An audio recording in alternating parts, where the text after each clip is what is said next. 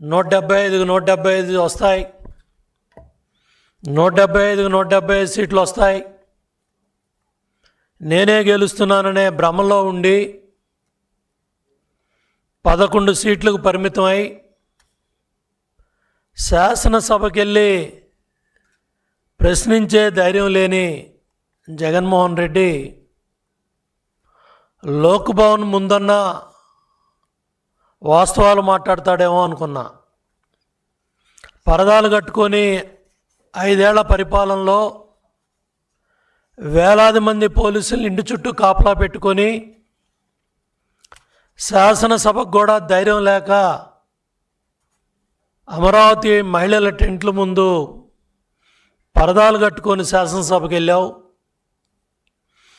పోలీసులను పెట్టి సెక్రటేరియట్కి వెళ్ళావు. ఇవాళ తగుదునమ్మా అంట నిన్న నువ్వు చేసిన విన్యాసాలు విజయవాడ నగర ప్రజల్ని, ట్రాఫిక్ని ఎంత ఇబ్బంది పెట్టాయి.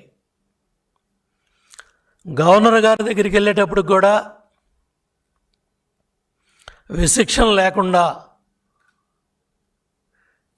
తెనాలి వెళ్ళినా ఆ బ్యాచే,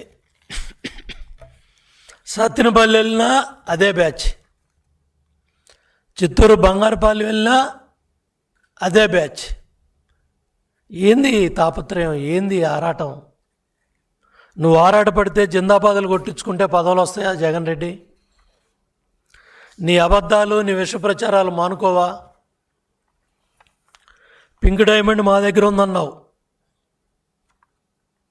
మేము దొంగిలించామన్నావు, చంపలేసుకొని కేసు వెనక్కి తీసుకున్నావు. బెట్టింగుల్లో కుర్రాడు చనిపోతే అభియోగాలు చేసావు. 1-2 నువ్వు చేసిన అరాచకాలు తగుదునమ్మా అంట. మళ్ళీ ఇప్పుడు పీపీపీ విధానమే మేలని నీ పార్లమెంటు సభ్యుడే సంతకం పెట్టాడు. పార్లమెంటు స్థాయి సంఘం చాలా క్లియర్గా పేద మధ్యతరగతి విద్యార్థులు వైద్య విద్య చదువుకోవాలంటే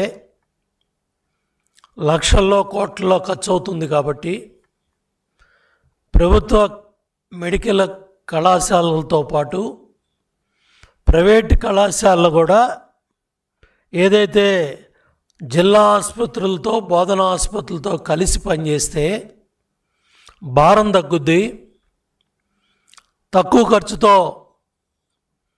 వైద్య విద్యార్థులు తయారవుతారని వైద్య కళాశాలల నిర్వహణకై కేంద్రం పార్లమెంటు స్థాయి సంఘం సిఫార్సులు చేసి నీతి ఆయోగ్ 31 మంది ఎంపీలు సంతకాలు పెడితే